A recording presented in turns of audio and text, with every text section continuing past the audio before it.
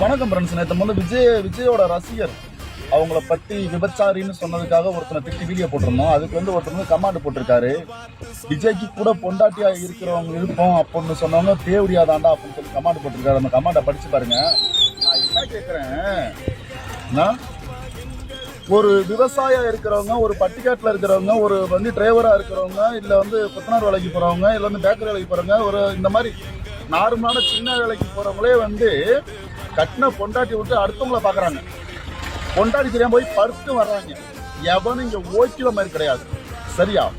எவனாச்சும் சொல்லு, ஐயோ நான் கட்டின பொண்டாட்டி தவிர அடுத்தவளை தப்பா கூட நான் கண்ணில் பார்த்ததுலன்னு சொல்லு பார்ப்போம்.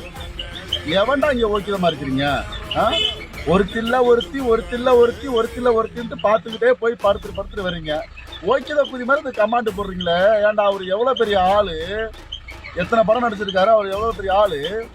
ஏன் அவரு கூட தப்பா அந்த மாதிரி திரிசா இருந்தா உங்களுக்கு எங்க வலிக்குது?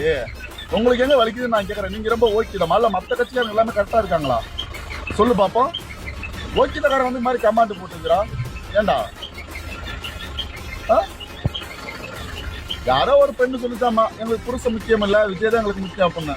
ஏன் அக்காவா இருக்காங்க, தங்கச்சா இருக்காங்க, அதே மாதிரி பொண்டாட்டியா இருந்துட்டு உங்களுக்கு எங்கடா வலிக்குது? சொல்லு பாப்போம். அது அவங்களோட விருப்பம்டா, தனிப்பட்ட விருப்பம்டா. உங்களுக்கு எங்கடா வலி?